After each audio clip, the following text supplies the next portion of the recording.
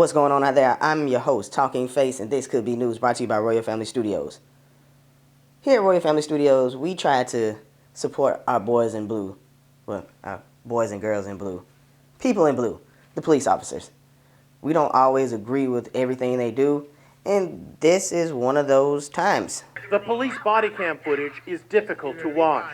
Rochester, New York police try to force a 9-year-old girl into the back of their squad car. She refuses and a struggle ensues, all as she screams nonstop for her dad. Officers wrestle the girl dressed in bright floral leggings to the snowy ground and put her in cuffs. The child continues screaming for her father. Cops urge the child to calm down. You gotta stop and take a breath. You're right. Stop. The girl continues to resist as officers try to get her into the squad car. They say they were called to her home after a report of family trouble. Sit up. No. You're acting like a child. Stop. That's probably the dumbest part about this whole video, is that y'all said that she's acting like a child, but she is a child, and she had to remind you of that. You can't be that poorly trained or that disconnected to not know that this is a child. A female officer then issues this warning.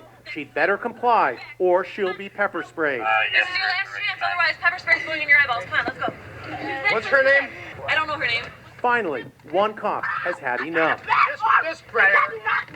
Just spray her at this point. The officer pumps out the pepper spray and the child screams for help. Today, the police officers find themselves under fire from their own police chief. I'm not going to stand here and tell you that for a 9-year-old to have to be pepper sprayed is okay. It's not. The girl was transported to the hospital and has since been released to her family. This was disgusting. There was no reason for this officer to say, go ahead and pepper spray the girl. She's 9 years old and she's screaming for her dad. I can imagine being a 9-year-old, especially as a black child, being surrounded by white officers trying to handcuff you and throw you in the car. These police officers need to be reprimanded, fired, or some type of discipline. They just can't walk scot-free. They pepper sprayed a 9-year-old girl, had her on the ground in the snow. But it was dumb because it's like, why was it so difficult for you to just lift her legs up and put them in the car? It's not that hard. You already had her in cuffs. So you choose to pepper spray a 9-year-old girl in cuffs because of a call for family issues? And what type of family issues is it that you have to call the police on your 9-year-old? Who does that? When I was 9 years old, my mom would never call the police on me or my dad. They would just hit me because I'm a 9-year-old kid. All around, this is a terrible story. And police officers really do need to do better with their training. And at least know the community that they're dealing with. And for the parents that's calling the police on your 9-year-old, it's probably because you won't whoop them. And I blame the government for that because for some reason they made whoopings illegal. All cops are neither good nor bad. They're just people. Some good, some bad. And you just have to point out each incident. And this was one of the bad ones.